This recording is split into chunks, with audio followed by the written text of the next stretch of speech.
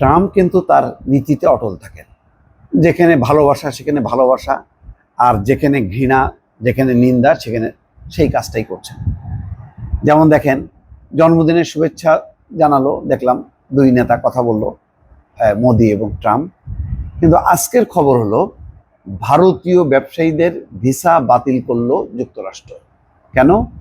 প্রাণঘাতী মাদক পাচারের অভিযোগ।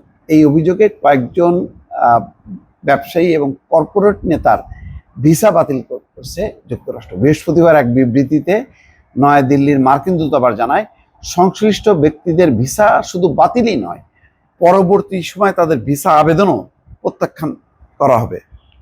বৃহস্পতিবার এক প্রতিবেদনে খবর দিয়েছে রয়টার্স। বিষয়টা কি? ফ্যান্টানিল প্রিকার্স বা কাঁচামাল হলো সেই মূল রাসায়নিক উপাদান যা থেকে প্রাণঘাতী সিনথেটিক মাদক ফ্যান্টানিল তৈরি হয়। যুক্তরাষ্ট্রে মাদকজনিত অতি মৃত্যুর প্রধান কারণ এই ফ্যান্টানিল, অর্থাৎ এই ব্যবসার সাথে তারা জড়িত। সেই কারণে তাদের ভিসা একেবারে বাতিল করছে এবং আবেদনও আর অ্যাকসেপ্ট করা হবে না, এইরকম একটা কঠোর অবস্থানে আছে। সুতরাং ট্রাম্পের সঙ্গে কোনো প্রেমই যে স্থায়ী না, এটা বোঝা গেল দর্শক।